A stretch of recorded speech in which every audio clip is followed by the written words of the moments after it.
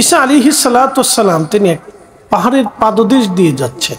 তা আপনারা জানেন তো আরবে বড় বড় পাথরের পাহাড় আছে। তো দেখলেন মস্ত বড় একটা পাথর পড়ে আছে। তো তিনি আশ্চর্য হয়ে চিন্তা করলেন, এত সুন্দর একটা পাথর, পাথরের ভিতরে কি আছে? তো তিনি পাথরের মধ্যে কি আছে আল্লাহকে বলেন, রাব্বি এত সুন্দর পাথর, সাদা মার্বেল পাথর, চকচকে সাদা, পাথরের মধ্যে কি আছে? বলে, ঈসা তুমি কি দেখতে চাও? বলে, হ্যাঁ রব দেখতে চাই। বলে, তাহলে তুমি তোমার হাতের লাঠি দিয়ে পাথরে আঘাত করো। তো আঘাত করার সাথে সাথে পাথর দ্বিখণ্ডিতে বিভক্ত হলো। ঈসা আলাইহিস সালাম লক্ষ্য করলেন পাথরের ভিতরে একজন আল্লাহর বান্দা সবুজ একটা লাঠির উপরে ভর করে দাঁড়িয়ে আল্লাহ জিকির করতেছে। এটা আশ্চর্য না? আশ্চর্য। ঈসা নবী জিজ্ঞেস করলেন, হে বান্দা তুমি কি করো? বলে, আমি আল্লাহ জিকির করি। কত বছর? বলে, 400 বছর ধরে। বলে, খাও কি? বলে, ওই পাথরের ভিতরে একটা আল্লাহ আঙ্গুর গাছ লাগাইছে, ওই আঙ্গুর খেয়ে খেয়ে আমি বেঁচে আছি। একসাথে বলবেন আল্লাহু আকবার। আমাদেরকে খাওয়ায় কে? বৃষ্টি দেয় কে?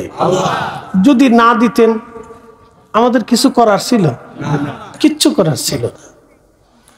গত বছর মাঝখানে বৃষ্টি নাই, প্রচন্ড গরম গরম গরম, জায়গায় জায়গায় সালাতুল ইস্তিসকা হয়, বৃষ্টি নাই বৃষ্টি নেই।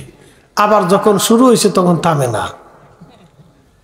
পানি দিতে দিতে দিতে দিতে দিতে দিতে আল্লাহ বন্যায় দিয়ে ফেললেন। শেষ পর্যন্ত পানি ঠেকানোই যায় না। বলেন মালিকটাকে? আল্লাহ। আল্লাহ।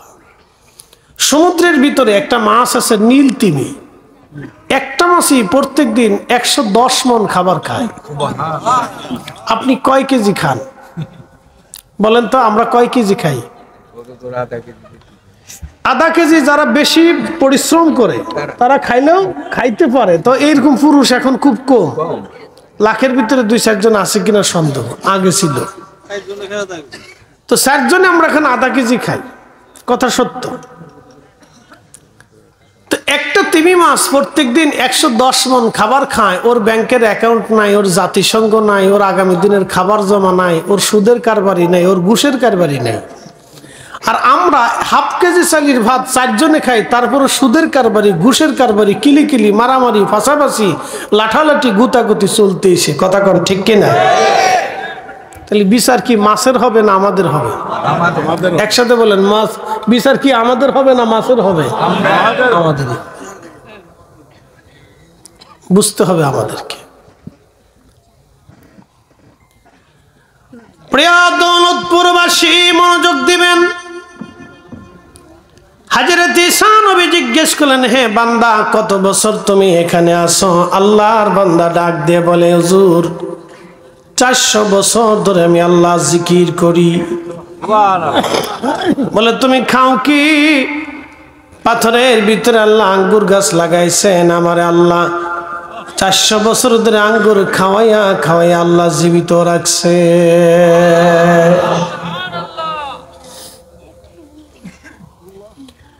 যেই মালিক 400 বছর ধরে পাথরের ভিতরে আল্লাহর বান্দারে খাওয়াইয়া জীবিত রাখিয়া খোদার ইবাদত করাইতে পারে, সেই রব আমাদেরকে ওইভাবে খাবার খাওয়ান, আমাদের রিজিকের ফয়সালা উনি করান।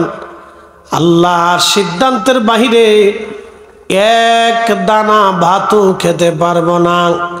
কত ধনী হসপিটালে পড়ে আছে, আল্লাহর সিদ্ধান্তের বাহিরে এক দানা ভাতও বেশি জোটে না। কথা কন না কেন? ঠিক না? শত শত কোটি টাকার মালিক বিছনায় পড়ে রয়েছে, জটিল কঠিন রোগে সে আক্রান্ত হয়ে আছে, আইসিইউতে যে পড়ে আছে। আইসিইউ থেকে ফিরে আসার পরে তাকে জিজ্ঞেস করবেন জীবনটা কেমন, আপনার আইসিইউর জীবনটা কেমন? সে আইসিইউতে থাকা অবস্থায় জীবনে চিন্তা করছে, আহা আমার জীবনের সমস্ত পরিশ্রমী বৃথা। কথা ঠিক কিনা?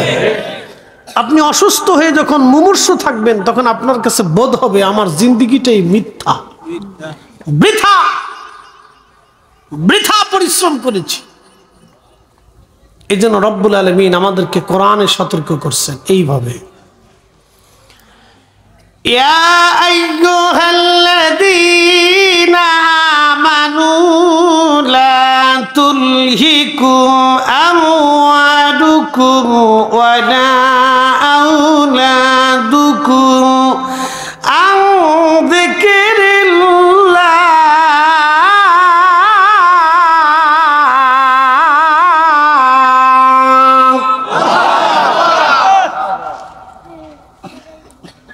এই ছেলেরা আল্লাহর কালাম প্রতিদিন তেলাওয়াত করে। আপনি টাকা দিয়ে গেছেন, আপনি ঘুমাবেন কিন্তু নেকি ঘুমাবে না।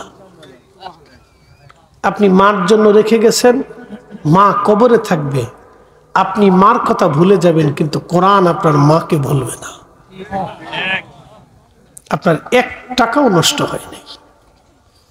এটা জোড়ায় জোড়ায়, পাটে পাটে, পয়েন্টে পয়েন্টে, অণুতে পরমাণুতে কাজে লেগে গেল।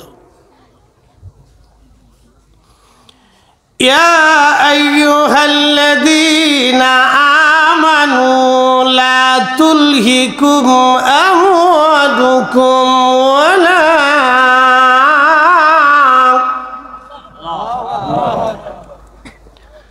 আল্লাহ রাব্বুল আলামিন কোরআনুল কারীমে আমার রব তিনার পবিত্র ভাষায় আমার আল্লাহ বলেন, হে ঈমানদার, সম্পদের প্রেমে পড়ে, সন্তানের মোহে পড়ে আমি খোদার জিকির থেকে তুমি গাফিল হইও না। সম্পদের মায়ায় পড়ে, সন্তানের মহব্বতে পড়ে যারা অবৈধভাবে সম্পদ রুটি রুজি করে কবরে চলে যায়, তাদের মতো বুকা পৃথিবীতে আর কেউ নাই। কথা কন না কেন? খন্দাবাসী কিয়ামতের ময়দানে ওই সন্তানটা বাবা মার জন্য কোনো গুনাহের জিম্মাদারি নেবে না। বিচার ফয়সালা হয়ে গেল, আমার রব তার বাম হাতে আমলনামা দিয়ে দিবেন। ওই সময় আল্লাহর বান্দা বলবে, হে রব, আপনি তো রব্বুল আলামিন, রব্বুল আলামিন, আপনি তো মালিক ইয়াউমিদ্দিন। আল্লাহ, আপনার তো একটা নাম আছে রহমান, আর একটা নাম আছে রহিম। আপনি পরম দয়ালু এবং দয়াময়। আল্লাহ, বান্দা তো অপরাধ করে ফেলছে, আমার কি একটু সুযোগ রব আপনি দেবেন? বলে, কি সুযোগ তুমি চাও? বলে, রাব্বি, আমি সুদ আর ঘুষে অন্যায়ের অপরাধে আমি আমার সন্তান এবং স্ত্রী পুত্র পরিজনের জন্য সম্পদ রেখে এসেছি। আল্লাহ, কোনো কিছুই আমি ভোগ করে আসতে পারি নাই, কোটি কোটি টাকার সম্পদ আমি রেখেই চলে আসছি। জমিনের জায়গা জমিন থাকছে, বিল্ডিং এর জায়গা বিল্ডিং, স্বর্ণের জায়গা স্বর্ণের জায়গা, ব্যাংকের অ্যাকাউন্টে টাকা পড়েছিল। রব্বুল আলামিন, কিছুই তো আমি আনতে পারি নাই, ভোগ করতে পারি নাই। আল্লাহ, সব তো আমার সন্তান আমার স্ত্রীগণ ভোগ করেছে। আল্লাহ, যদি সুযোগ আপনি দেন, আমি তাদেরকে ডেকে ডেকে আমার গুনাহের কিছু গুনাহ তাদের আমলনামায় দিয়ে দেই। তারা যদি কিছু গুনাহ নিয়ে যায়, তাহলে আজ আমি হয়তো হালকা হয়ে যাব। জীবনের অনেক বড় আশা নিয়ে হাসরের ময়দানে বাবা ছেলেকে ডাকবে, আব্দুল করিম, বেটা আমার আসেন। আল্লাহ ডাক দেবে রহিমের ছেলে আব্দুল করিম, দৌড়াই আসবে রাব্বি। আল্লাহ ডাক দেবে, বান্দা তোমার বাবা তোমার সঙ্গে কথা বলতে চায়। সেদিন বাবা চোখের পানি ছেড়ে দিয়ে বলবে, বেটা রে, তোমার সুখের আশায় দুনিয়ার হালাল হারাম না বেছে অনেক সম্পদ তোমাদের জন্য জমা করেছি, পাশের বাড়ির জমি কেড়ে নিয়েছি, অন্যের সম্পদ আমি জোর করে দখল করে রেখেছি। বেটারে, আজ আল্লাহর দরবারে আসামি হয়ে গেছি, বাম হাতে আমার আমলনামা আসছে, জাহান্নামে চলে যাচ্ছি। আমার অনেক গুনাহ, দুনিয়ার ওই সম্পদ তোমরাই তো ভোগ করেছো, কিছু গুনাহ তুমি নিয়ে আমার গুনাহটা আজ হালকা বানায় দাও।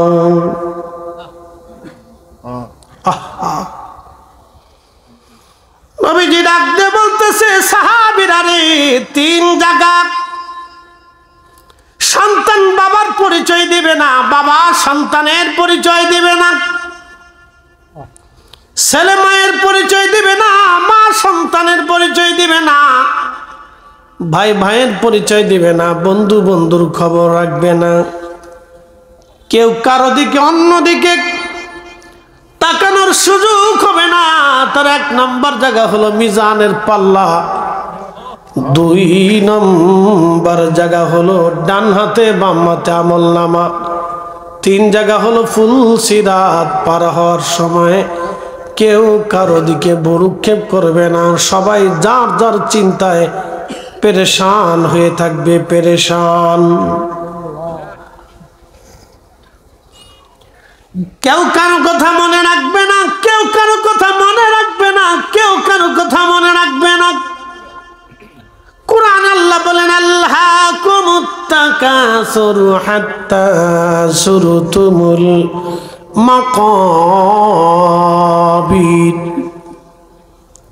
তারা আমি আল্লাহকে ভুলে গেল, আল্লাহ থেকে জুদা হয়ে গেল, সম্পদগুলি কুক্ষিত করলো, জমা করলো।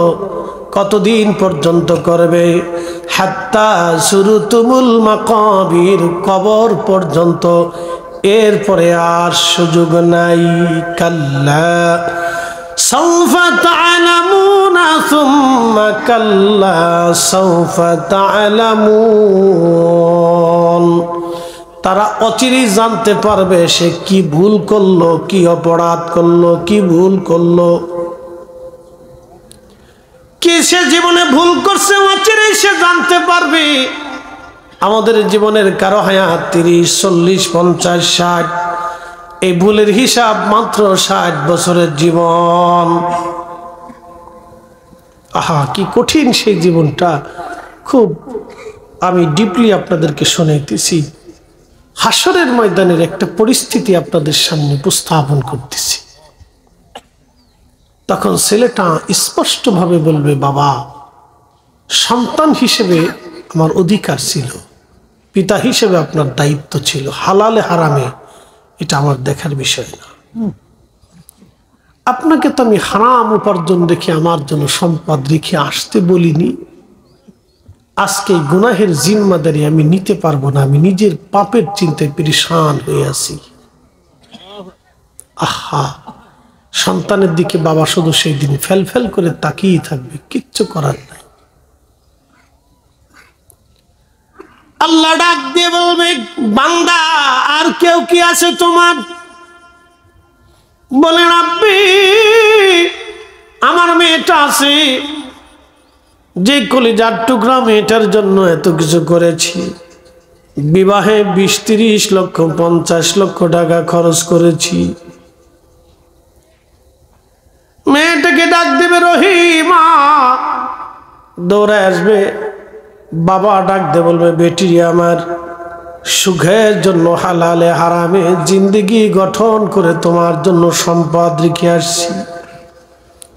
ছেলে আমার, কিছু তুমি আজকে আমারে দিয়ে যাও। মেয়ে আমার, আজকে আমি অনেক বড় গুনাহ জমা হয়ে গেছে, বাম হাতে আমল নামায় কিছু গুনাহ তুমি আজকে নিয়ে যাও, আমার গুনাহগুলি হালকা বানিয়ে দাও। মেয়েটা ডাক দে বলবে, আব্বাজান, হালালে হারামে জিন্দেগি গঠন করে সম্পদ রেখে আসার বিষয়ে আমি কিছুই জানি না। এখানে তো আমি আপনাকে হালাল হারাম হারাম করতে বলি নেই বাবা। আপনার গুনাহের জিম্মাদারি আজ আমি নিতে পারবো না বাবা, আমি নিজের পাপের চিন্তায় বড় পেরেশান হয়ে আছি। শেষ। আর আপনার স্ত্রী এতে তো দুনিয়াতে ঝগড়া বাঁধায়।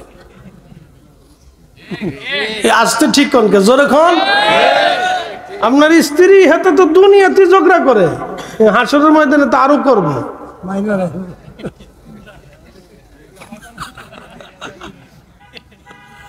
বেটিরা স্যাপ পোজে এত হুজুর দাওয়াত দিছে কেন? উচিত কথা কে ফেলাইল। হ্যাঁ, তো দুনিয়াতে ঝগড়া করে। বলে হুজুর আপনি কি করে বুঝলেন?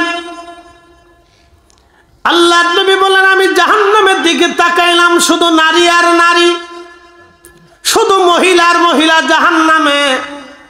সাহাবীরা বলল হুজুর কোন কারণে এত নারী জাহান্নামে? সহিহ বুখারীর কিতাবুস সালাতের বাবু সালাতুল কুসুফের হাদিস। নবীজি ডাক দিয়ে বলেন সাহাবীরা নাফরমানির কারণে, কুফরি করার কারণে নারী সমাজ জাহান্নামে চলে যাবে। হুজুর তারা কার সাথে কুফরি করেছে? আল্লাহর সাথে কি কুফরি করেছে? নবীজি বললেন না। তাহলে আপনি রাসূলের সঙ্গে কি তারা কুফরি করলো? নবীজি বললেন না। বলে তাহলে কার সাথে কুফরি করলো? বলে স্বামীর সাথে কুফরি করেছে। হুজুর স্বামীর সাথে নারী স্ত্রী কিভাবে কুফরি করে? নবীজি বললেন তুমি তোমার স্ত্রীকে সারা জীবন যদি ভরণ পোষণ দাও, সারা জীবন তুমি দিছ, সারা জীবন, জীবনের একটা পর্যায়ে যদি দিতে কম হয়, সারা জীবন দিছ, সারা জীবন দিছ, সারা জীবন দিছ, জীবনের একটা পর্যায়ে যদি তুমি দিতে অপারগ হও, ব্যর্থ হয়ে যাও, তোমার স্ত্রী বলি ফেলবে স্বামীরে তোমার কাছ থেকে সারা জীবন কিছুই পাই নাই। কথা কন না কেন? 100% নারীর ভিতরে 90% এই কথা বলে। আপনি খোঁজ নিয়ে দেখেন 100% নারীর ভিতরে 90% এই কথা বলে যে তোমার সাথে বিয়ে বসে আমি কিচ্ছু পাইছি না। কি কথা করলে কলিজা কাইটে খাইলো কেন পাইছি না?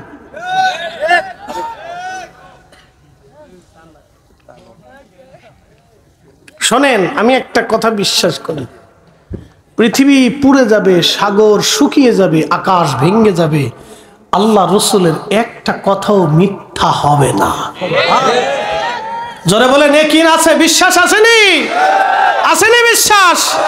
রসুল 1450 বছর আগে বলেছিলেন আমার এই উম্মত, আমার উম্মতের ভিতরে জেনা ব্যভিচার এমন ভাবে ছড়াবে যে প্রকাশ্যে আমার উম্মতের পুরুষ নারীরা জেনা করবে।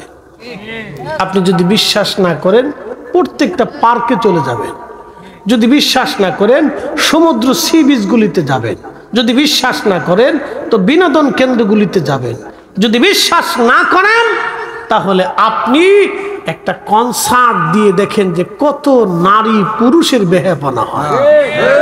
কথা বল না কেন? এর থেকেই বোঝা যায় যে উম্মত কিয়ামতের সন্নিকটে আলামতে সুগরার শেষ পর্যায়ে চলে আসছি আমরা। কিয়ামতের আলামত দুই ধরনের, আলামতে সুগরা, আলামতে কুবরা। তা আমরা আলামতে সুগরার শেষ পর্যায়ে চলে আসছি।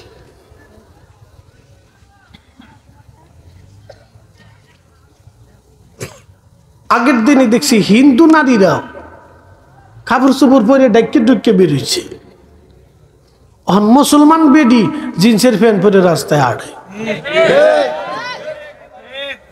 কথা খারাপ কইছি? হিন্দু বেডি বাদ দেন, তাদের ধর্মে তো কোনো পর্দাফসিতা নাই, তাদের ধর্মে কোনো পর্দাফসিতা নাই। তাদের ওই ভারতে দেখছি মাঝে মধ্যে ল্যাংটা সাধু আছে, ল্যাংটা যোগী সাধু নাকি, এরা সারা বছরই ল্যাংটাই থাকে। তো হ্যাঁ ল্যাংটা বয়ে থাকে, মেশিন মেশিন বের করে হ্যাঁ তার সামনে বেরিয়ে যায়, সাজদা দেয়। আমি নিজে দেখছি বেটারাও সাজদা দেয়, বেটিরাও সাজদা দেয়, আবার তো ফুতুয়ে ফুরে দিচ্ছে। তো হ্যাতার তো কোনো পর্দাফসিতা ধর্মকর্ম সেটা তাদের বিষয়, পর্দাফসিতার তো কোনো বালাই নাই। তো ল্যাংটাও যা, ওই ল্যাংটা ছাড়াও তা, তো ঠিক আছে না? তা আমাদের ধর্মে তো মিয়া পর্দাফসিতার একটা বিষয় আছে, হালাল হারামের বিষয় আছে, প্রশ্ন আছে। কতক্ষণ ঠিক কিনা? তো মুসলিম নারী যখন বেপর্দা হবে তখন বুঝতে হবে এটা কিয়ামতের সন্নিকট সময় ঘনাই গেছে।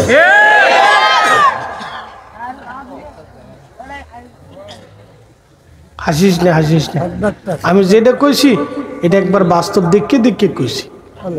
আমি কোনো ধর্ম নিয়ে কটাক্ষ করি না, ওনার ধর্ম ওনার বিষয়। কিন্তু যেটা সমাজ বহির্ভূত সেটা মানা যায় না। একটা মানুষ কেন ল্যাংটা থাকবে বলেন তো? কি কারণে ল্যাংটা থাকবে? এটা ল্যাংটা থাকার অর্থ কি? মানুষ যদি ল্যাংটা হয় তাহলে কুত্তা আর মানুষের মধ্যে তফাৎ কি? প্রাণীদের সাথে তাহলে মানুষের কি তফাৎ রইল? কুকুর, বিড়াল, গরু, ছাগল, ভেড়া, বকরিদের সাথে তাহলে মানুষের কি তফাৎ রইল?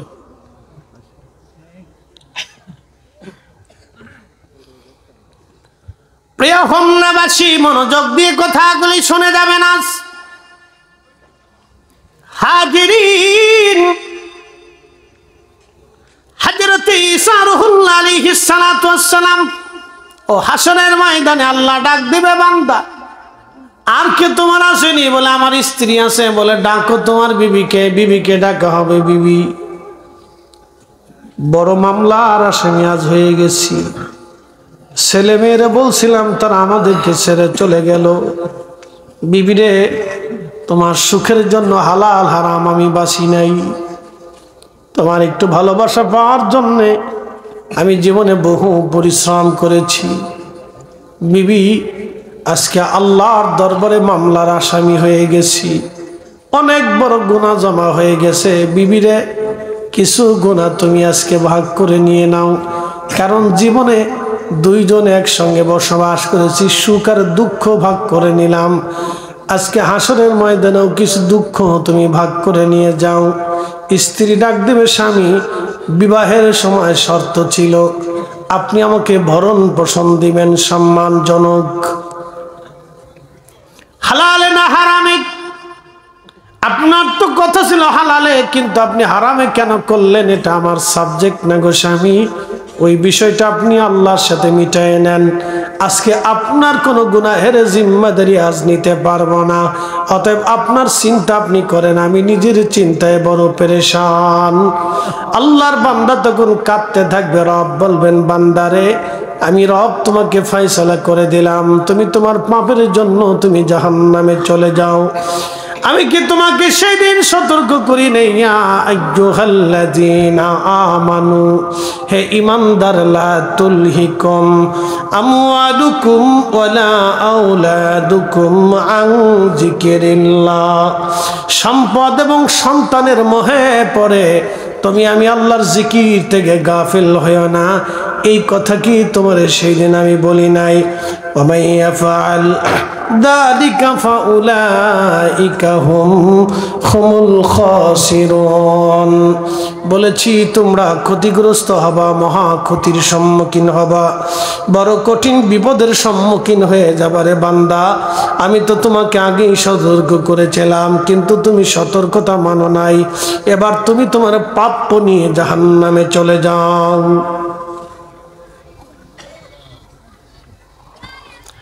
হাজিরিন, বুঝে বুঝে যাওয়াটা জরুরি। দুনিয়াটা বুঝের জায়গা, পরীক্ষার জায়গা। পরীক্ষার জন্য পৃথিবীতে আসছি। আল্লাহর কোরআন বলতেছে, ওয়ালা নাবলুওয়ান্নাকুম বিশাইইম মিনাল খাউফি ওয়াল জুই ওয়া নাকসিম মিনাল আমওয়ালি ওয়াল আনফুসি ওয়াস সামারাত। আমি সম্পদ কেড়ে নিয়ে, জীবন কেড়ে নিয়ে, অর্থ নষ্ট করে দিয়ে, অনাবৃষ্টি অতিবৃষ্টি খরা দিয়ে তোমাদেরকে পরীক্ষা করব। আমি রব পরীক্ষা করব। ওয়াবাশশিরিস সাবিরিন, এই কঠিন পরীক্ষার সময় যারা সবর করে আল্লাহর জন্য, তারাই কামিয়াব হবে। একবার জোরে বলা যাবে কে মারহাবা। অর্থনৈতিক অবস্থা দুর্বল হয়ে গেছে। অর্থনৈতিক অবস্থা দুর্বল হয়ে গেছে। এখন আপনি কি করবেন? আল্লাহ আপনার পরীক্ষায় ফেলেছে। এখন আপনি সুদ খাইতে পারবেন না, ঘুষ খাইতে পারবেন না, অন্যায় করতে পারবেন না, ডাকাতি করতে পারবেন না, চুরি করতে পারবেন না, অন্যের মাল দিতে পারবেন না। আপনাকে কাজ করে করে করে করে, কম হোক বেশি হোক, সামান্য হোক অল্প হোক, খেয়ে খেয়ে খেয়ে খেয়ে আল্লাহর পথে যদি চলতে পারেন, আল্লাহ বলছেন তার জন্য অনেক বড় সুসংবাদ। আমি আল্লাহর পক্ষ থেকে একটা বিরাট বড় জান্নাত, 10টা দুনিয়ার সমান। একসাথে বলবেন আল্লাহু আকবার। দুনিয়াতে মানুষ কয় ইঞ্চি মাটি নিয়ে মারামারি করে কোন তো? 4 ইঞ্চি 8 ইঞ্চি 1 হাত হাফ হাত আধা হাত। হ্যাঁ, এমন কিছু প্রতিবেশী আছে নিজের জাগার ভিতরে গাছ লাগাইয়া অন্যের জাগার দিয়ে বেহা করে দেয়। কি কথা করেন না? এরা মুসলমান, শয়তানে হাসে আর কয় বাপ রে বাপ, তোরা দিয়ে আমার চাইতে বড় চিটার। নিজের জাগাত গাছ লাগাইয়া বাঁকা করে অন্য জাগাত ঘুরাই দিচ্ছে যে ছায়াটা ওর ভিতরে পড়ুক।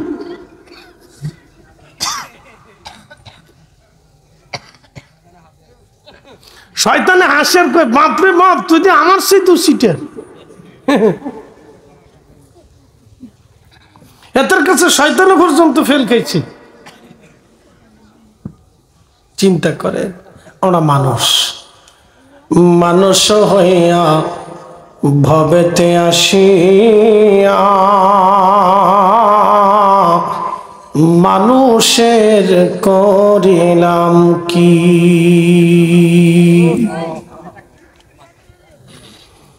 খুলনাবাসী মনোযোগ দিবেন। আল্লাহ কোরআনে বললেন, আল্লাযী খালাকাল মাউতা ওয়াল হায়াতা লিয়াবলুয়াকুম আইয়ুকুম আহসানু আমালা।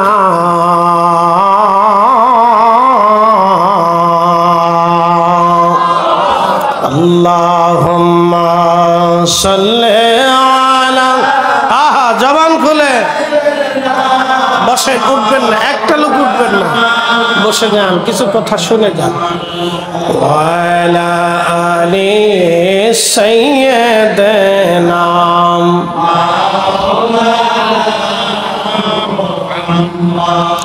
একদিন মাটির ভিতরে হবে ঘরে মন আমার, কেন বান্ধ দালান ঘর।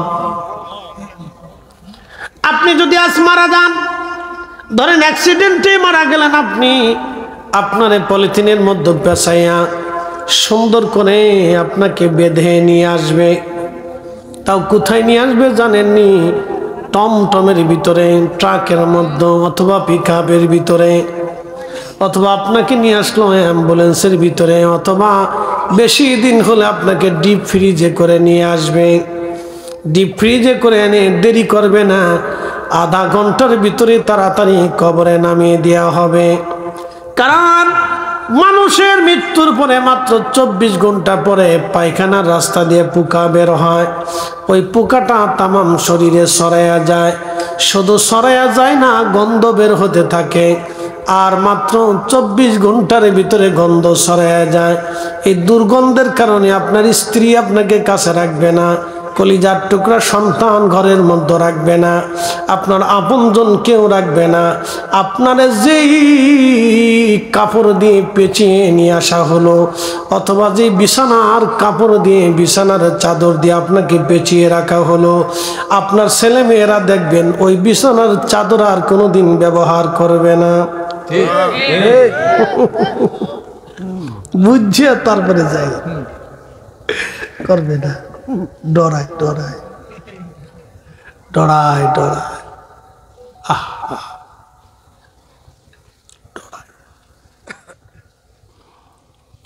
রাতের গভীরে কোন ছেলে বাবা মার কবরের পাশে যায় না, কিন্তু কত বাবা মা রাতের গভীরে ছেলের কম্বল ঠিক করে দিয়েছে, ঘুমাইলো কিনা বাবা খোঁজ নিয়েছে। মা রাতের পর রাত এসে দেখে গেছে আমার ছেলেটা ঠিক মতো আসেনি, কিন্তু আজ মা কবরে চলে গেল, ছেলেটা একটা বারের জন্য মার কবরের পাশে দাঁড়ায়া বলে না, মা ভালো আসুনি। আমার রব শিখাই দিলেন, রব্বির হামহুমা কামা রব্বায়ানি সগীরা। দিলটাকে নরম করে দেন। এই কথার অর্থ আজ আমি আজকে আপনাদেরকে বলে দিয়ে যাই। আল্লাহ বলেন বান্দারে তুমি এইভাবে আমি আল্লাহর কাছে দোয়া করো, রাব্বির হামহুমা কামা রাব্বায়ানি সগীরা। ও মালিক, যেইভাবে ছোট্টকালে আমার মা আমারে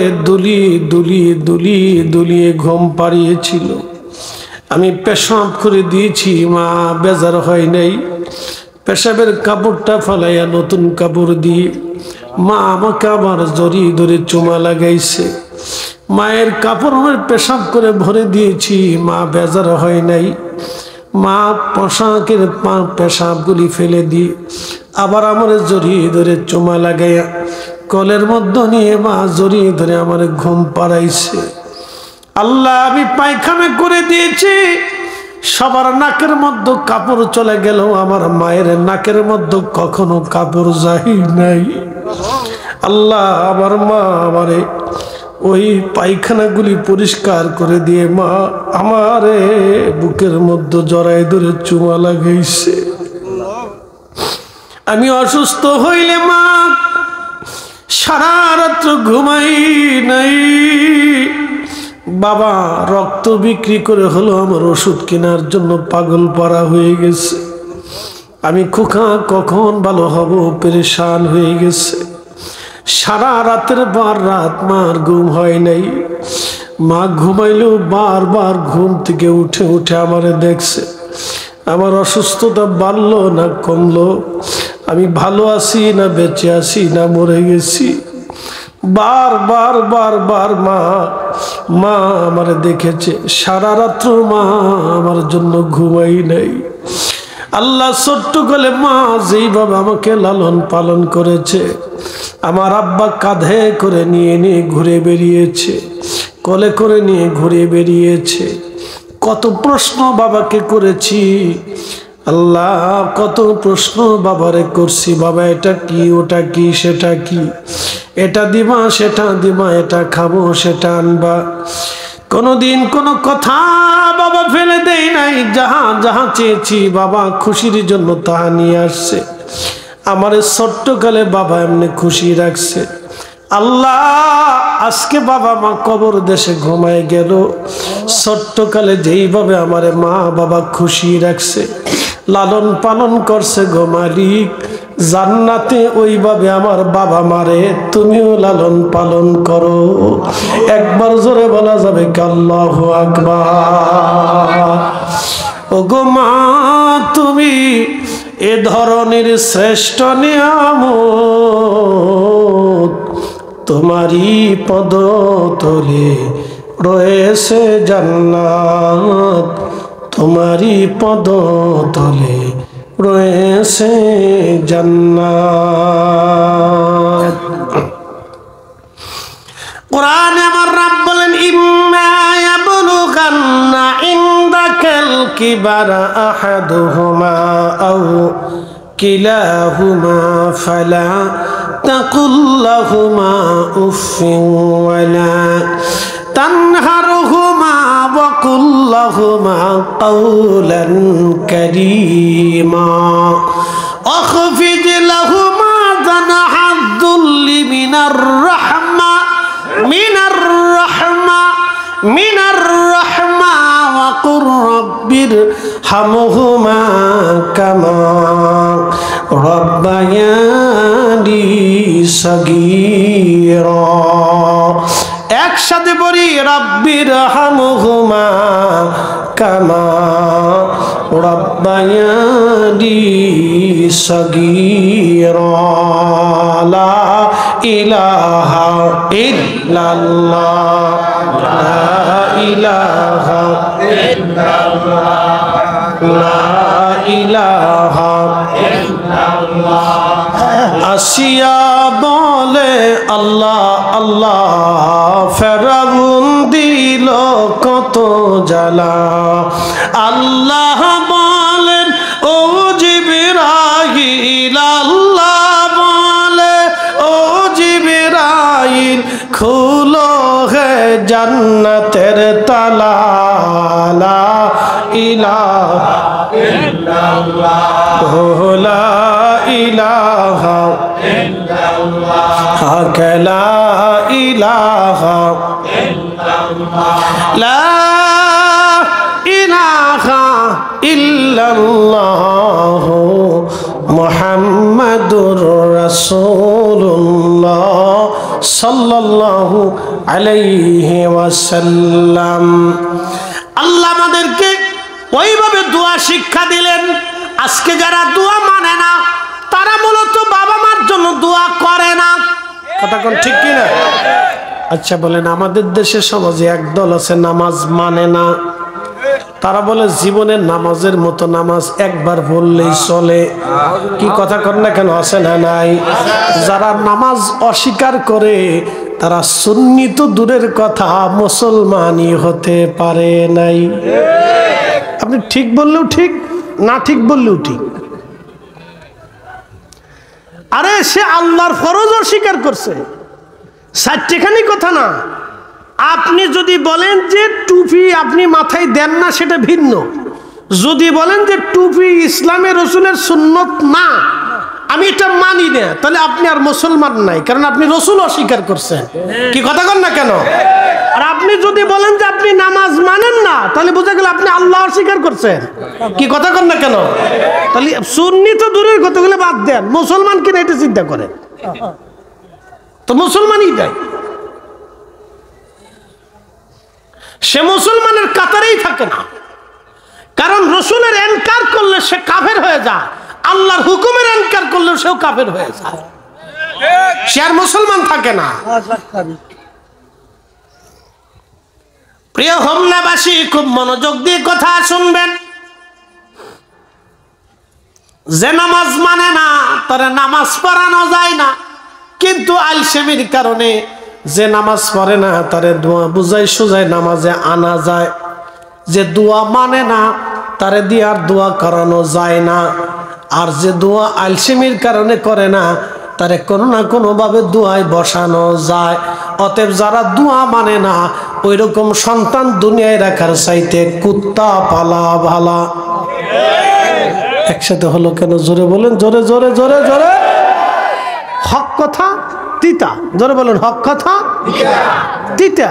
এটা হলো আপনার ওই যে উস্তে উস্তে করল্লা, কি এটা কি উস্তা না? উস্তে। আপনাদের হোম না কি কয়? উস্তাই তো, এটা উস্তে উস্তে। খাইলে কিন্তু বিরাট উপকার, কিন্তু উস্তে সবকিছুর লেগে বলা। খালি খাইবেন, খালি খাবেন, খালি খাইতে থাকবেন, অসুবিধা নাই। যদ্দূর কাঁচা জিনিস পেটের ভিতরে ঢুকাইবেন তদ্দূর মনে করবেন যে খুব বালা। আগে জীবনে কোনোদিন শুনি নেই গরু হার্ড স্টক করছে, অন গরুতেও হার্ড স্টক করে। বলে কারণ কি? ব্রয়লারের খাবার খাওয়ায়, তাড়াতাড়ি যাতে ফুলে মোটা তাজা হয়, তেল তেল হয়, এর লাগে ব্রয়লারের খাবার খাইয়া গরু স্টক করা ধরছে। আগে জীবনে কোনোদিন গরু স্টক করছে দেখি না। গরুর চশমা লাগে না, গরুর অপারেশন লাগে না, গরুর সিজার লাগে না, গরুর ডাক্তার দেখান লাগে না, গরুর মেজের কোনো ঝামেলা ঝামেলা নাই, গরুর কিডনি ফসে না, গরু স্টক করে না, গরুর হাই প্রেশার নাই, গরুর ডায়াবেটিস নাই। কারণ কি? ও ঘাস পাতা খেয়ে থাকতো সবসময়। এখন যখনই পোলট্রির খাবার ঢুকাই দিছে তখন গরু স্টক করে, তার হাই প্রেশারে ধরে, তার নানান প্রবলেম, ডায়াবেটিস হয়ে গেছে। কি কথা বল না কেন? খাবারে ভেজাল। কিসে ভেজাল? খাবারে ভেজাল। হোটেলে খাবেন, আহা হা, আমার দেশের কত মুসলমানের হোটেল মরা মুরগি চালাই দিছে, কুত্তাও খাওয়ায়, কুত্তার গোস্ত খাসির গোস্ত বলে চালাই দেয়। ছি ছি ছি। তাহলে বুঝেন তো, আপনি চিন্তা করেন, ও যদি 1000 বছরও কাবা শরীফে যায় নামাজ পড়ে, আপনি কি মনে করেন নামাজ হবে না? না, একসাথে বলেন হবে। তেরাও নাম কষ্টে মুসলমান, বহু মুসলমান আছে এরকম নাম, আব্দুল করিম, রহিম, সলিম, জলিম, বহুত কিছু নামে মুসলমান হলে কাজ হবে না, কাজে হইতে হবে, কাজে হইতে হবে। এরা আমরা রুয়াজে বসে না, এরা ওয়াজ তো আর শোনে না।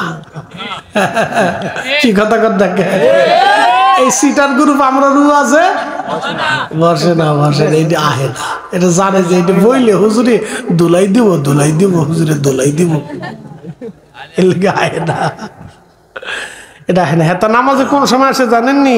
জুমার নামাজে তাও সবার শেষে আসে।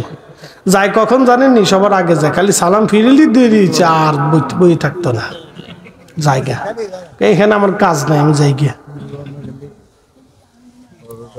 তবে একটা কথা হলো কি জানেন, আমরা দিন শেষে কিন্তু আল্লাহর কাছেই ফিরে যাব, কোনো সন্দেহ নাই। কার কাছে ফিরে যাব? আল্লাহর কাছে। থাকার কোনো সুযোগ নাই, কোনো পদ্ধতি সিস্টেম, কোনো সুযোগ নাই। যদি থাকার কোনো সুযোগ থাকতো তাহলে রাশিয়ার প্রেসিডেন্ট থাকার জন্য প্রয়োজন বোধে আমেরিকার উপরে পারমাণবিক বোমা 4-5টা মারত। ঠিক আছে না ভাই? খালি করে না, পুরো আমেরিকা একবারে নেটো মেটো সুদ দিয়ে একসাথে মেরে দিত, তারপর আমি বেঁচে থাকতে হবে, তো রেখে লাভ নাই। কিন্তু থাকার সুযোগ নেই। হাজিরিন খুব মনোযোগ দিবেন। ওয়াজ যেখানে রেখেছি সেখানে চলে যাই, আমি খুব মনোযোগ দিয়ে কথাগুলি শুনে যাবেন। আজ ঈসা রুহুল্লাহ আলাইহিস সালাতু ওয়াস সালাম ডাক দিয়ে বলেন, বান্দা 400 বছর ধরে তুমি পাথরের মধ্যে আল্লাহর জিকির করো। বলে হ্যাঁ। ঈসা আলাইহিস সালাম আল্লাহকে ডাক দিয়ে বলেন, রাব্বি 400 বছর ধরে তোমার এই বান্দা আল্লাহর জিকির করে, তোমার ইবাদত।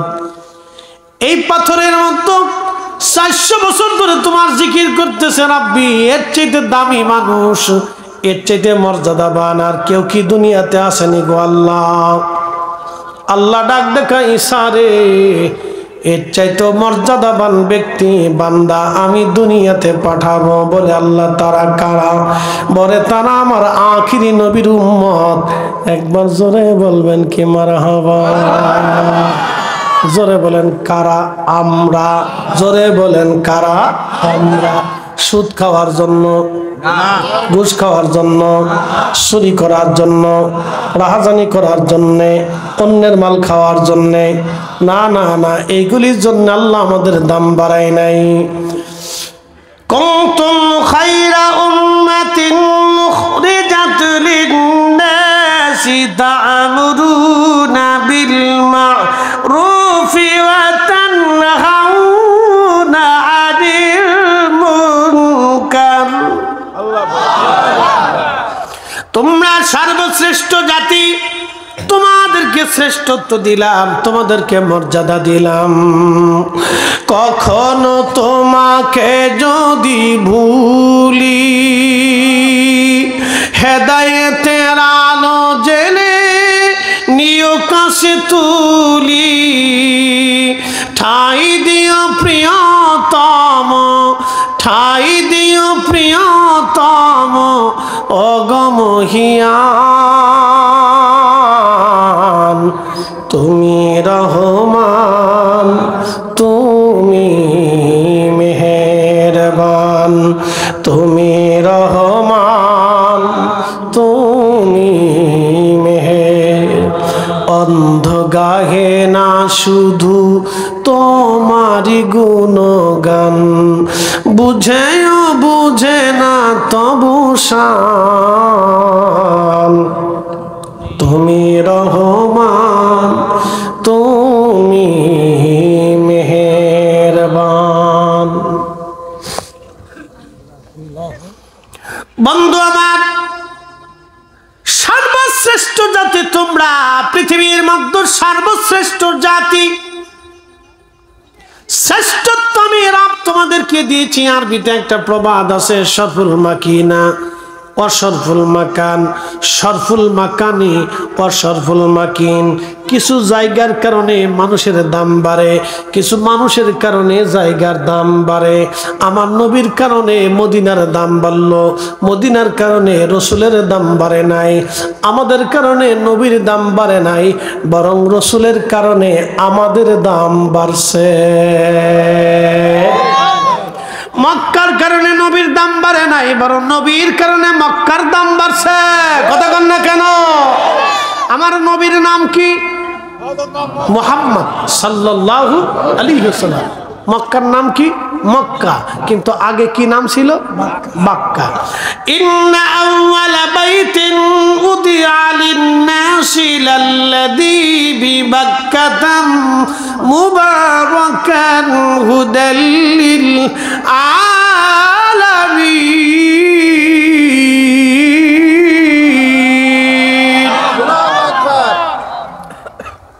কিছু সময় চলবে তো ইনশাল্লাহ, 10-15 মিনিট চলুক, এরপরে শীত শীত তো না, সারা রাত একটু টুপলা থাকলে ওই তো আর কি।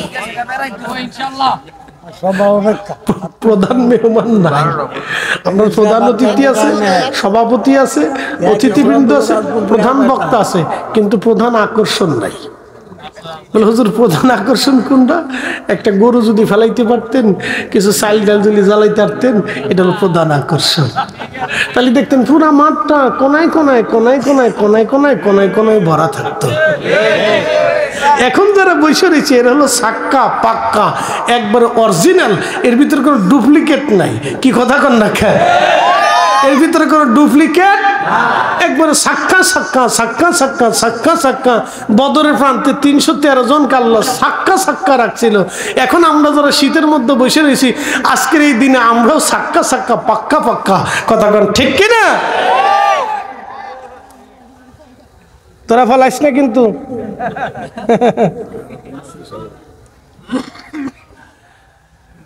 হোমনাবাসী, দৌলতপুরবাসী মনোযোগ দিয়ে শুনবেন।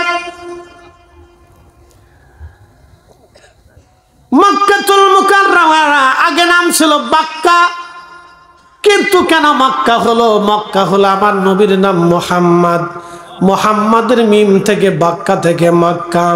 আমার নবীর নামে মক্কার নাম মক্কা হলো, আমার নবীর নামের বরকতের কারণে বাক্কার নাম মক্কা হলো। বলা যাবে না মারহাবা? কিন্তু আমার নবীর নাম রাখছে কে? আল্লাহ। কোন জায়গা থেকে রাখছে তারও একটা রহস্য। হযরত হাসান বিন সাবিত কবিতার ছন্দে ছন্দে লিখলেন, ইন্নাকা উলিতা মুবাররান মিন কুল্লি আইব কাআন্নাকা কদ খুলিকতা কামা তাশা ওয়া দাম্মাল ইলাহু ইসমান নবী বিইসমিহি ইযা ক্বালা ফিল খামসিল মুয়াজ্জিন আশহাদ। নবী গো, আল্লাহ আপনার শান এবং মানকে এমন সমুন্নত করেছেন যে প্রত্যেক ওয়াক্ত আজানে আল্লাহ নামের পরে আপনি নবীর নাম মুয়াজ্জিন উচ্চারণ করে আজানে আজানে আজানে। জোরে বলেন না আল্লাহু আকবার।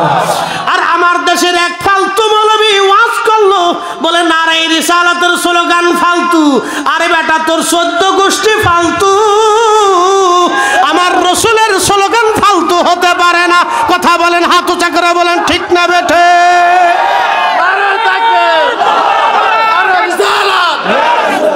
নারে রিসালাত, নারে রিসালাত, হাত উঁচা করে বলেন নারে রিসালাত, নারে রিসালাত। আরে আল্লাহর জমিন কার? জমিন কার? আসমান কার? আইন চলে কার? আল্লাহর পরে যার আইন চলে সেটা আমার রসুলের আইন। কোরআনের আইনের সাথে আমার নবীর আইন চলে। আল্লাহর আইনের পরেই নবীর আইন। আল্লাহ বলছেন মাইয়ুতির রাসূলা ফাকাদ আতা আল্লাহ। আপনি নবীর ইত্তেবা করলে আমি আল্লাহর ইত্তেবা হয়ে যায়। কুল ইন কুনতুম তুহিব্বুনাল্লাহ, আমাকে কেউ যদি চূড়ান্ত ভাবে ভালোবাসতে চায় ফাত্তাবিউনি, নবী সেজন্য আপনাকে মেনে নেয়। যে আপনাকে মানে সে আমি আল্লাহকে মানে। যে আপনার স্লোগান দেয় সে আমি আল্লাহর স্লোগান হয়ে যায়। যে আপনি নবীর তাজিম করে সে আমার তাজিম করে। যে আপনি নবীকে ভালোবাসে সে আমাকেই ভালোবাসে। যে আপনি নবীর দল হয় সে আমি আল্লাহর দল হয়। যে আপনি নবীর গুণ গায় সে আমি আল্লাহর গুণ গায়। যে নবী আপনাকে কষ্ট দেয় সে আমাকেই কষ্ট দেয়। অতএব জমিনে আল্লাহর স্লোগানের পরে আমার রসুলের স্লোগান চলবেই। হাত উঁচা করে বলেন ঠিক না বেঠে? নারে রিসালাত, নারে রিসালাত, নারে রিসালাত, নারে তাকবীর, নারে তাকবীর।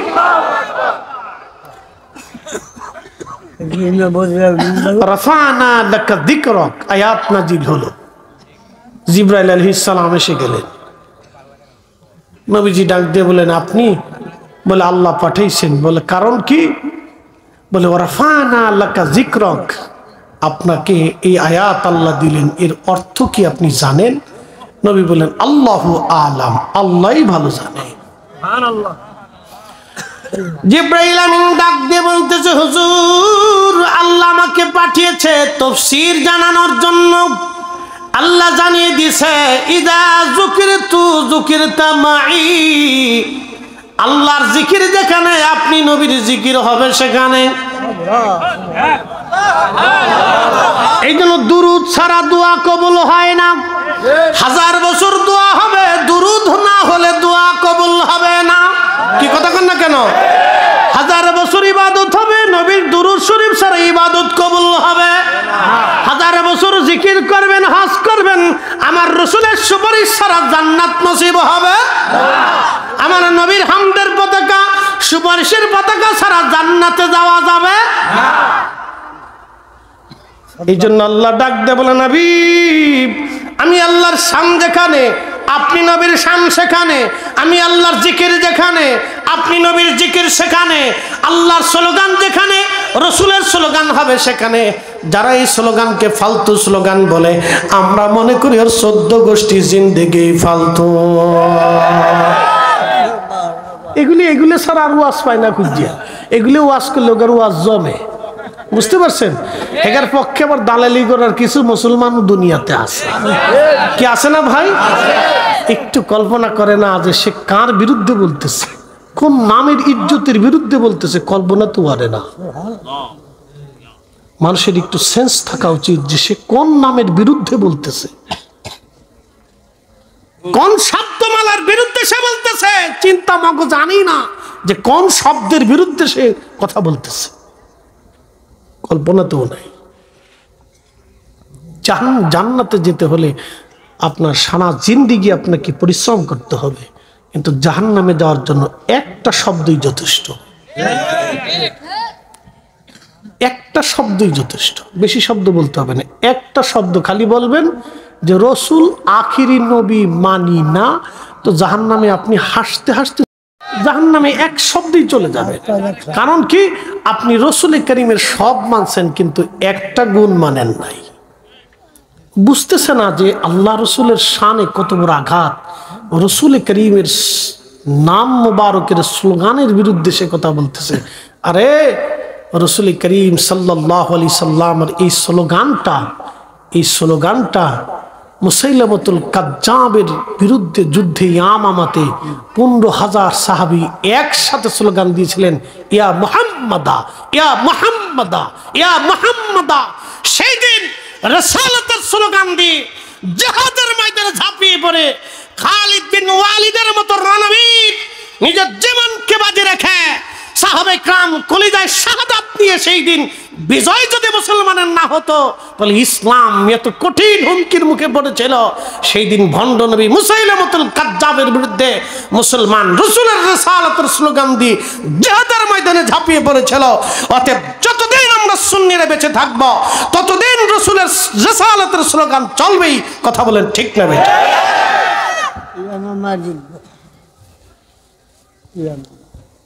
সে কত পাগল হয়েছে আমি জানি না।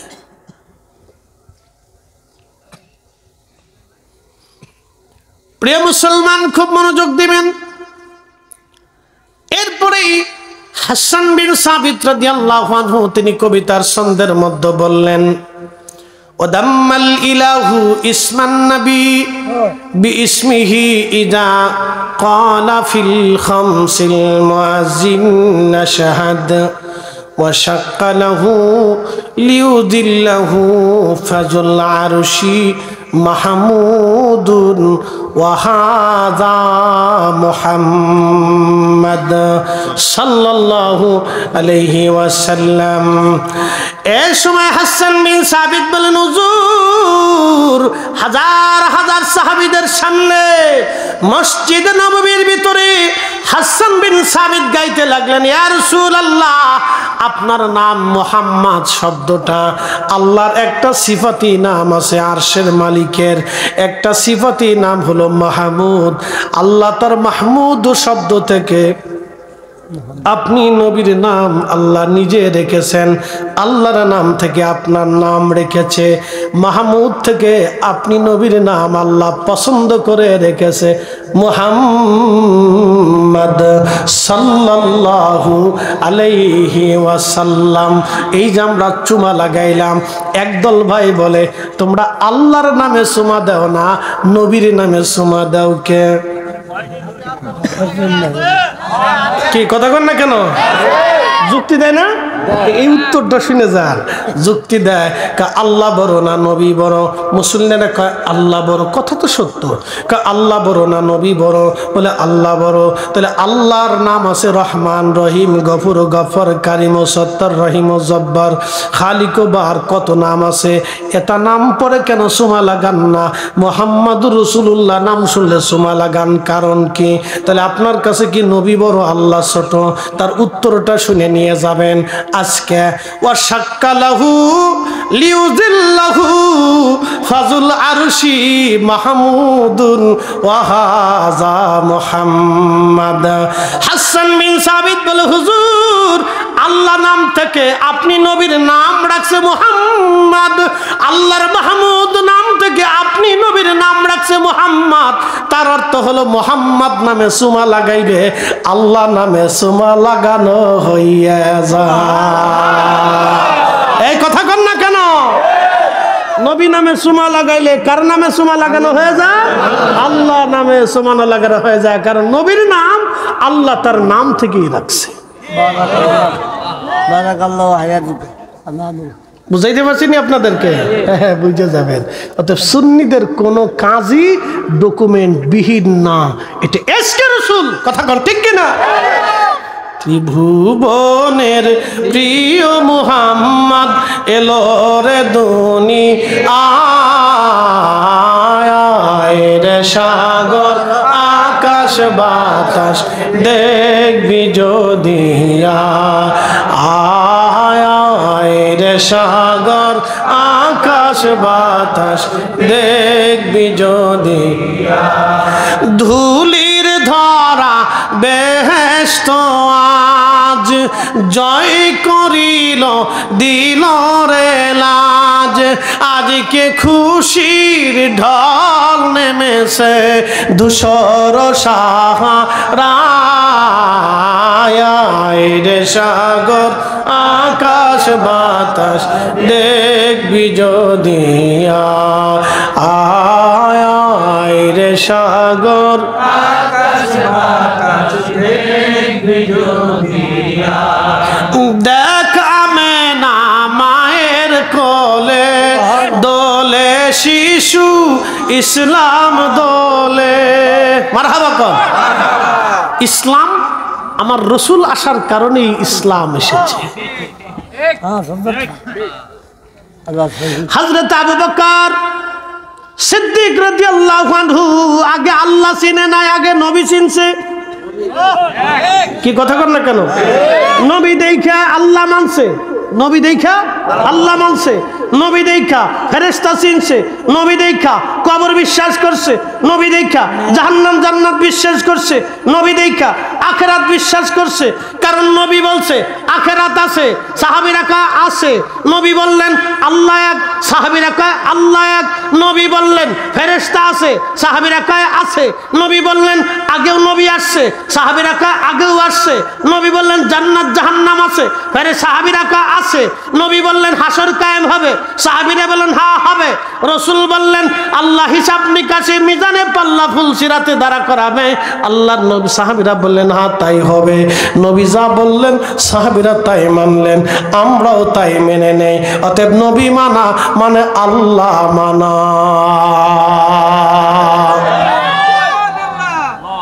নবী মানলে কাকে মানা হয়? আল্লাহ। সূত্র সহজ না জটিল? কথা বলেন। আম্মাজান খাদিজা আগে কি আল্লাহ দেখছে না নবী দেখছে? নবী দেখছে। কেমনে? আম্মাজান খাদিজা নবীকে কেমনে চিনলেন তার ছোট্ট একটা বিবরণী দিব না কষ্ট হবে? একটু দিয়ে যাই, ওনার জীবনী জানার দরকার আছে। এই মহিষী নারী খুব সম্ভ্রান্তা এবং খুব সম্মানিত ছিলেন, তাহেরা, তাইয়্যিবা, আইয়ামে জাহিলিয়াতের সময়ও কোনো খারাপি সারাবি নাপাকি হারামি ওই যে প্রতিমার সামনে সেজদা, পাথরে পূজা, আকাম্যা কুকাম্যা আদাম্যা বাদাম্যা কোনো কিছু ওনার শরীরে স্পর্শ করে নাই। একসাথে বলবেন আল্লাহু আকবার। কারণ ওনার চাচাতো ভাই ছিলেন ওয়ারাকা বিন নওফল, তিনি ছিলেন ওই তাওরাত জবুর ইনজিলে পারদর্শী একজন পণ্ডিত আলেম, এবং তিনি আল্লাহর একত্ববাদে বিশ্বাসী ছিলেন। একসাথে বলবেন না মারহাবা। তিনিও কোনোদিন প্রতিমা দেবতা এটা সেটা আজারিয়া বাজারিয়া পাথর পুথুর ওই গাছপালা পাহাড় পর্বত সূর্য সাগর নগরের সামনে কোনোদিনও মাথা নত করেন না। চাদর মুড়ি দিয়ে উঠে যায় কেনা? আচ্ছা, চা খেয়ে আসেন, নাহলে কাম সাইডে আসেন। শীত বেশি নিতে আবার দৌড় বেশি আসে, বুঝছেন না? পানি একটু খালি খালি নিম্ন চাপে ধরে, জ্বালা আছে। শীতের কালে আছে জ্বালা আছে, মুসল্লি ধরে রাখাও জ্বালা। আচ্ছা, একসাথে বলি আল্লাহু আকবার। আম্মাজান খাদিজাতুল কুবরা অনেক বিরাট বড় একটা ব্যবসা তিনি মক্কা থেকে সিরিয়াতে পাঠাবেন, কিন্তু কার নেতৃত্বে পাঠাবেন চিন্তায় পড়ে গেলেন। এত বড় একটা ব্যবসা, কিন্তু বিশ্বস্ত একজন লোক দরকার। সারা মক্কায় ছড়িয়ে গেল মুহাম্মদ সাল্লাল্লাহু আলাইহি সাল্লাম আল আমিন, আমার নবীর নাম ছড়িয়ে গেল, তিনি বিশ্বস্ত সারা মক্কায়। খাদিজার মনে মনে টার্গেট হলো তাকেই ডাকা দরকার। এদিকে নবীজির চাচা আবু তালিব বললেন, ভাতিজারে সন্তান আমার, তুমি তো জানো আমরা অভাব অনটনের মধ্যে পড়ে গেছি, তুমি যদি কিছু কাজ কারবার করতে পারো তাহলে আমাদের জন্য উপকার হয়। কারণ ভাতিজাকে তিনি সন্তানের মতো আদর করতেন, কোলে পিঠে করে নিয়ে ঘুরে বেড়াইতেন, চোখের সামনে থেকে কখনো ভাতিজাকে সরাইতেন না। একটা কথা মনে রাখবেন, ভাতিজা সন্তানের মতো, চাচারা বাবার মতো। ভাতিজা সন্তানের মতো, চাচারা বাবার মতো। এই জন্য আমাদের কিছু কিছু অঞ্চলে দেখবেন বড় চাচিরে বড় আম্মা কয়, মেজো চাচিরে মেজো আম্মা কয়, বড় চাচারে বড় আব্বা কয়, মেজো চাচারে মেজো আব্বা কয়। ঠিক আছে না? এরকম এরকম হইলে কিন্তু বালা, এরকম হইলে কি বালা, তাহলে সংসারে ঝামেলা হয় না। সংসারে কি হয় না? ঝামেলা হয় না। চাচিরা যদি ভাতিজাদেরকে সন্তানের নজরে দেখে তাহলে আর ঝগড়া ফাসাদ হয় না। আর যদি সন্তানের নজর উঠে যায় তখন এই যুদ্ধ বিগ্রহ লেগে যায়, ফানাফারি গুতাগুতি কিলে কিলি ফানাফারি লেগে যায়। হযরত আল্লাহর নবীর চাচা আবু তালিব ভাতিজাকে সন্তানের মতো স্নেহের নজরে সবসময় দেখতেন, কখনো চোখের আড়াল হতেন না, আড়াল করতেন না, নিজের সাথে সাথে রাখতেন। তো বললেন, ভাতিজারে সন্তান আমার, তুমি চলে যাও সিরিয়াতে, শুনছি খাদিজা অনেক বড় ব্যবসা পাঠাইতে চায়, তা আমি চাই তুমি যদি খাদিজারে ব্যবসাটা দেখো তাহলে আমি কি প্রস্তাব নিয়ে যাব। আল্লাহর নবী বললেন, চাচা যান অপেক্ষা করেন, তিনি আমাদের কাছে প্রস্তাব পাঠাবে, তিনি আমাদের কাছে প্রস্তাব পাঠাবে। ঠিকই তাই, খাদিজা প্রস্তাব পাঠাইলেন। নবীজির চাচা আল্লাহর নবীকে নিয়ে গেলেন। নবীজির চাচা আবু তালিব ভিতরে কথাবার্তা বলতে লাগলেন। কথাবার্তা কমপ্লিট হয়ে গেল। বিরাট বড় ব্যবসা আম্মাজান খাদিজা নবীজির উপরে বুঝাই দিলেন। খাদিজা রাদিয়াল্লাহু আনহা একজন দাসী ছিল, দাস ছিল, সেই দাসটাকে নবীজির দায়িত্ব দিয়ে বললেন, আপনি নিয়ে যাবেন, আপনার খেদমত করবে, দেখাশোনা করবে, আপনাকে সাহায্য করবে। সেই দাসকে নিয়ে নবীজি ব্যবসার উদ্দেশ্যে সিরিয়ার পানে রওনা করলেন। কোন বর্ণনা আছে তিনি ইয়ামানে ব্যবসায় গেলেন, তবে সঠিক মতামত তিনি সিরিয়াতে গেলেন। সিরিয়াতে যাওয়ার পরে ওই দাস লক্ষ্য করলেন তিনি একটা জায়গা বসে আছেন আর তার মাথার উপরে মেঘমালা ছায়া দিতেছে। সারা পথ যত পথ যায় ওই দাস লক্ষ্য করলো আকাশের মেঘ শুধু ছায়া দিতে থাকে। একসাথে বলবেন না আল্লাহু আকবার। বনের যত পশুগণ ভক্তি করতই দুই চরণ, মেঘমালা ছায়া দিত গায় গো নবীজি, কোন সাধনে পাইব তোমায়, কোন সাধনে দেখিব তোমায় গো নবীজি, আপনাকে দেখিবার মনে চায়। দাস লক্ষ্য করে শুধু মেঘমালা ছায়া দেয়। সিরিয়াতে যাওয়ার পরে তিনি বসে আছেন, এমন সময় এক ইহুদি এক খ্রিস্টান পাদ্রী আসছে, ধর্মযাজক আসছে, তাওরাত জবুর ইনজিলে পারদর্শী আলেম, এসে দাসে ডাক দে বলল, হে দাস তুমি কি তারে চিনো? বলে হ্যাঁ চিনি, তিনি কুরাইশ বংশের মক্কার সম্ভ্রান্ত পরিবারের বনি হাশেমের সন্তান। বলতেছে শোনো, আমি শুধু বনি হাশেমের সন্তান দেখি না, তিনি কিন্তু আখেরি নবী। দাস তো অত কিছু বুঝে নাই, তিনি কিন্তু আখেরি নবী আমি বলে দিলাম। আল্লাহর নবী ব্যবসা বাণিজ্য করে বিরাট লাভবান হয়ে রওনা হলেন পণ্য সামগ্রী নিয়ে মক্কায়। যত পথ আসে আকাশের মেঘ নবীকে ছায়া দিতে থাকে। ওই দাসে লক্ষ্য করে নবীজি যায় আর শুধু অলৌকিক দৃশ্য দেখা যায়। গাছেরা নোয়ায় যায়, নোয়ায় নোয়ায় পড়ে, গাছেরা সমস্ত ডালপালা নিয়ে নোয়ায় পড়ে, আকাশের মেঘমালা ছায়া দেয়, পশু পাখিরা নবীকে এসে সালাম দেয়। জোরে বলা যাবে কি আল্লাহু আকবার। অনেক লাভ করার পরে আল্লাহর নবীজি খাদিজা রাদিয়াল্লাহু আনহাকে ব্যবসা বুঝিয়ে দিলেন। এবার খাদিজা ওই যে গোয়েন্দা পাঠাই দিছে, তুমি সব বৃত্তান্ত খবর দিবা।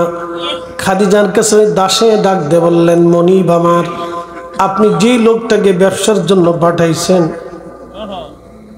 এই লোকটা সাধারণ কোনো লোক না। বলে কেমন? যত রাস্তায় গেছি আর আইছি লক্ষ্য করছি আকাশে মেঘমালা তারে ছায়া দেয়। সিরিয়াতে ব্যবসা করতে গেছি, এক ধর্মযাজক আমাকে পরিচয় দিতে বললেন। আমি বললাম তিনি মক্কার অধিবাসী বনু হাশিমের সন্তান। তিনি আমাকে ডাক দিয়ে বললেন, তিনি শুধু বনু হাশিমের সন্তান না, তিনি হলেন আখিরি নবী, ইনি পৃথিবীর শেষ নবী। জগৎ জুড়া তার সম্মান সুখ্যাতি তাম পৃথিবীতে ছড়িয়ে যাবে। মনিব তিনি কিন্তু সাধারণ কোন লোক না। তাম জীবনে যত ব্যবসা করছেন এই বছরের মতো এত বরকত হয় নাই, তিনি অনেক বড় বরকতওয়ালা ব্যক্তি। আম্মাজান খাদিজার আর বুঝার বাকি নাই, তিনি খুবই বিচক্ষণ শিক্ষিতা এবং বুদ্ধিমতী নারী ছিলেন। সাথে সাথে তিনি চিন্তা করলেন, তাহলে এই যুবকের খেদমতে বাকি জীবন আমাকে কাটাইতে হবে।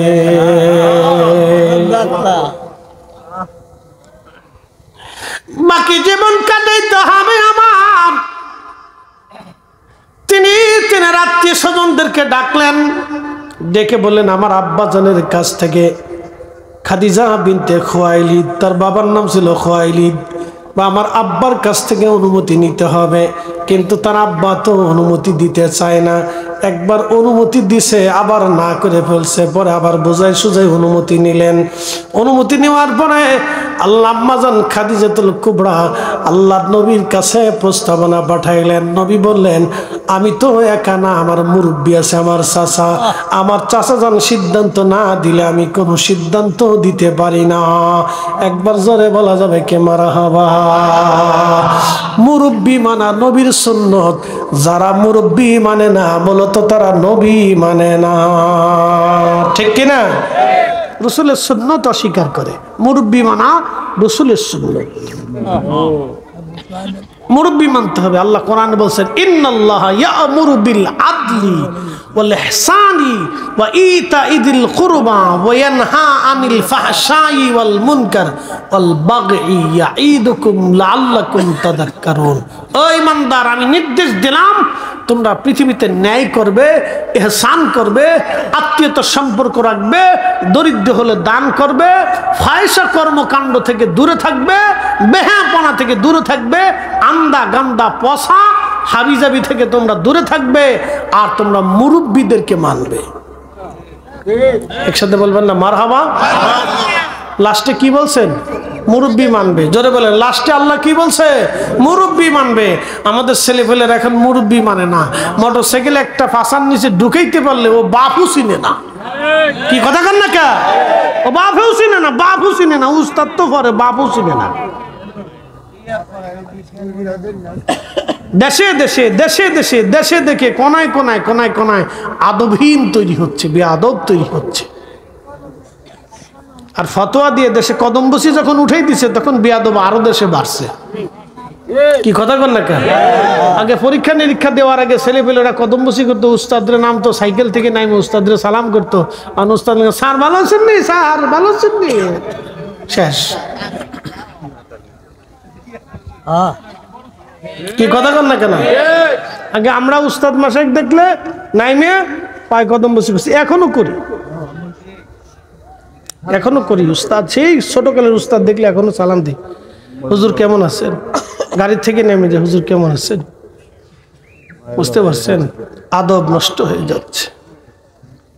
আদব যত উঠে যাবে তখন লেখাপড়ার কোনো মূল্য নাই, এটার কোনো মূল্য নাই। তো লেখাপড়া যদি মানুষকে মানুষ না বানাইতে পারে তাহলে সেই লেখাপড়া দিয়ে আপনি কি করবেন? যে লেখাপড়া মুরব্বী মানে না, মুরব্বীর সম্মান করে না, সে লেখাপড়া দিয়ে কি হবে? যে লেখাপড়াকে মানুষকে মানুষই মনে করে না, তাহলে ওই লেখাপড়া দিয়ে কি হবে? কি সমাজের উপকার হবে, কি রাষ্ট্রের উপকার হবে বলেন, কি ব্যক্তির উপকার হবে, কি পরিবারের উপকার হবে? তো মনোযোগ দেন, এই কথাগুলি তো আল্লাহর কালামের কথা, আল্লাহ রসুলের সিদ্ধান্ত। তো আল্লাহ রসুলের চাচা হযরত আবু তালিবের কাছে প্রস্তাব যাওয়ার পরে তিনি অনেক সিদ্ধান্ত চিন্তা ভাবনা করার পরে রাজি হয়ে গেলেন। তা আম্মাজান খাদিজাতুল কুবরা, নবী তো কিছুই নাই, নবী কি কিচ্ছু নেই। তো আল্লাহ নবীকে অর্থ করি বিবাহের এই পার ওই পার সব অর্থ আম্মাজান খাদিজা ব্যয় করলেন, আল্লাহ রসুলকে সব দিয়ে দিলেন। একসাথে বলবেন না মারহাবা? বুদ্ধিমতী নারী, উনি জানেন যে এই যুবকের যদি স্ত্রী হইতে পারি তাহলে একবারে আবাদুন আবাদা, চিরদিনের জন্য আমি ধন্য। সাথে বলবেন আল্লাহু আকবার। চিরদিনের জন্য আমি ধন্য, চিরদিনের জন্য আমি ধন্য। তো বিবাহের সমস্ত খরচ আম্মাজান নিজে দিলেন, সব দিয়ে দিলেন। দিন তারিখ নির্দিষ্ট হলো, বিয়ে হয়ে গেল। কিছুদিন পরে মক্কার কাফেররা কয়, খাদিজা কাজ করছো? বলে কি কাজ? বলে তোমার স্বামী গরিব, তুমি ধনী, তোমার সাথে কি আব্দুল্লাহর বেটা মোহাম্মদের মিল হলো? তুমি মক্কার সবচেয়ে বড় ধনী ধনাঢ্য ব্যক্তি, একটা দরিদ্র ছেলে বিবাহ করলা, মক্কায় কি আর ছেলে পেলে নাই? আম্মাজান চিন্তা করলেন এই মক্কার এই নেতা ফেতাদেরকে একটু বোঝানোর দরকার। সবাইকে একদিন দাওয়াত করলেন, সুন্দর করে ভোজের আয়োজন করলেন। ভোজের আয়োজন করার পরে আম্মাজান সবাইকে বসাইলেন, খাবার দিলেন, বললেন খাবার খাবে। ঠিক এমন সময় বললেন, হে মক্কার অধিপতিরা, আমি আপনাদেরকে দুটি প্রশ্ন করব, সেই জন্য ডেকে আনছি। খাবার একটু পরে খাবেন, সবার জন্য খাবার রেডি, আপনারা আমার মেহমান। আপনারা তো আপত্তি করেছেন, আমার চাইতে আমার স্বামী দুর্বল হয়ে গেছে, আমি তেমন ভালো কোনো পরিবারে আমি বিবাহ করতে পারি নাই। তাহলে আপনারা বলেন, আমার স্বামী মুহাম্মাদের মতো এমন চরিত্রবান ছেলে মক্কা নগরে কি আর কেউ আসেনি? একসাথে বলবেন আল্লাহু আকবার। সবাই কয় না, তা তো নাই। কে বললেন তাহলে আমি জিতছি, আমার স্বামী আমার থেকে উত্তম। একসাথে বলবেন মারহাবা। দেখেন রসুলকে, নবীর সম্মানকে সে কিভাবে বুলন্দ করতেছে। স্বামীকে মাথার উপরে তাজ বানানোর জন্য সবাইকে ডাকছে, শোনো কাফেররা, মক্কার অধিপতিরা, বলো আমার স্বামী কুরাইশ বংশ, কুরাইশের চাইতে কি বড় বংশ আরবে আছে, পৃথিবীতে আছে? সবাইকে না, তাই নাই। কুরাইশের মধ্যে বনু হাশিমের চাইতে বড় বংশ, সুন্দর বংশ আর কোন বংশ আছে? সবাইকে না, তাও নাই। তাহলে বংশ থেকেও আমার স্বামী শ্রেষ্ঠ, গোত্র থেকেও আমার স্বামী শ্রেষ্ঠ, চরিত্রের ক্ষেত্রেও আমার স্বামী শ্রেষ্ঠ। তিনি আল আমিন। আমার স্বামী কোন দিক থেকে ছোট বলো তো? বলতেছে তুমি ধনী, তাই গরিব। তুমি ধনী আর মুহাম্মদ গরিব। বলতেছে হে মক্কাবাসী, তাহলে শোনো, আজ থেকে আমার সমস্ত সম্পদ, আস্তাবর ইস্তাবর যা কিছু আছে আমি আমার স্বামীকে সব দিয়ে দিলাম। তাহলে বলো মক্কা নগরে আমার স্বামীর চাইতে আর কেউ ধনী আসেনি? সবাই মাথা নত করে আছে, কয় না, আর কেউ তো ধনী নাই। আম্মাজান খাদিজা আগে নবী চিনেছে, কারণ যাকে মেঘে ছায়া দেয় সে তো আখিরি নবী। ওনার স্ত্রী হতে পারলে জীবন বড় ধন্য ধন্য ধন্য।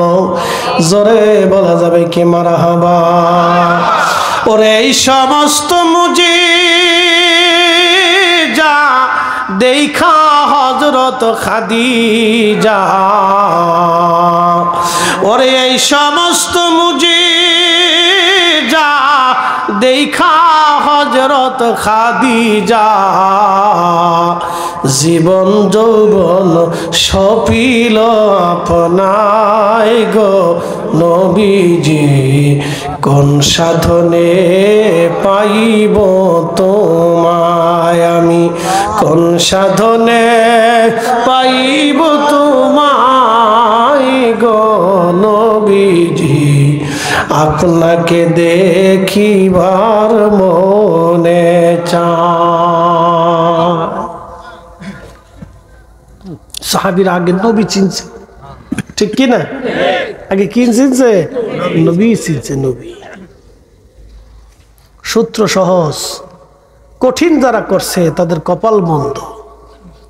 আজকে ওরা কারা বুকে হাত বেঁধে নামাজ পড়ে, আমার বাংলাদেশে তারা দিন দিন দিন দিন করে বাড়তেছে। আহা, যে হাদিসে হোক, কোন ব্যক্তি যদি বলে আমি হাদিস মানি, তাহলে বলে সে কি বলতে পারে রসুলের আব্বা আম্মা কাফের ছিল? একটু চিন্তা করেন তো। তারা বলে রসুলের আব্বা আম্মা কাফের ছিল, তারা দুইজন জাহান্নামে চলে গেছে। কি মনে করেন রসুলকে কি আল্লাহ কোন কাফেরের পেট দিয়ে দুনিয়াতে আনছে? কোন কাফের রেহেম দিয়ে নবী আল্লাহ তার রসুলকে দুনিয়াতে আনছে? কোন কাফের মাধ্যম দিয়ে আল্লাহ তার রসুলকে পৃথিবীতে আনছে? আহা, আপনাকে বুঝতে হবে এগুলো। কন্ত হিন্দুদের সাথে আমাদের কি দূরত্ব? তারা মানুষ, আমরা মানুষ। তারা বেগুন খায়, আমরা বেগুন খাই। তারা শুয়োর খায়, আমরা গরু খাই। কি কথা ঠিক আছে কিনা? তারা শুয়োরের গোশত খায়, আমরা গরুর গোশত খাই। তারা গরু খায় না, আমরা গরু খাই। তারা শুয়োর খায়, আমরা গরু খাই। তাদের সাথে আমাদের বিশ্বাসগত তফাৎ। কথা ঠিক কিনা? এই জন্য কোনো হিন্দু কোনো মুসলমানের সাথে বিয়ে দেয় না, কোনো মুসলমান কোনো হিন্দুর মেয়ে বিয়ে করে না, আত্মীয়তা হয় না। কিন্তু সমাজ সমাজ, রাষ্ট্র, রাজনীতি, ব্যবসা বাণিজ্য আমরা একসাথেই করি। কথা ঠিক কিনা? একসাথে বসবাস করি। সমাজ সমাজ হচ্ছে আপনার এই কি বলে, রাজনীতি হচ্ছে, ব্যবসা বাণিজ্য আমরা একসাথে করতেছি, কিন্তু বিশ্বাসগত তাদের সাথে আমাদের তফাৎ।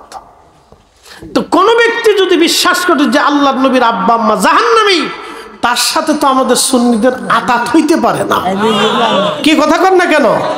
আমরা জীবন গেলেও তাকে মানতে পারি না। কারণ তারে মাইনে আমি জাহান্নামে যাইতে পারবো না, তারে মাইনে আমি রসুলের সুপারিশকে ধ্বংস করতে পারবো না, আমার জীবনকে বরবাদ করতে পারবো না। আপনাদেরকে বুঝতে হবে, লম্বা কথা বাড়াবো না। আসেন নবীজিকে দাঁড়ায় সালাম জানাই, ইয়া নবী সালাম আলাইকা।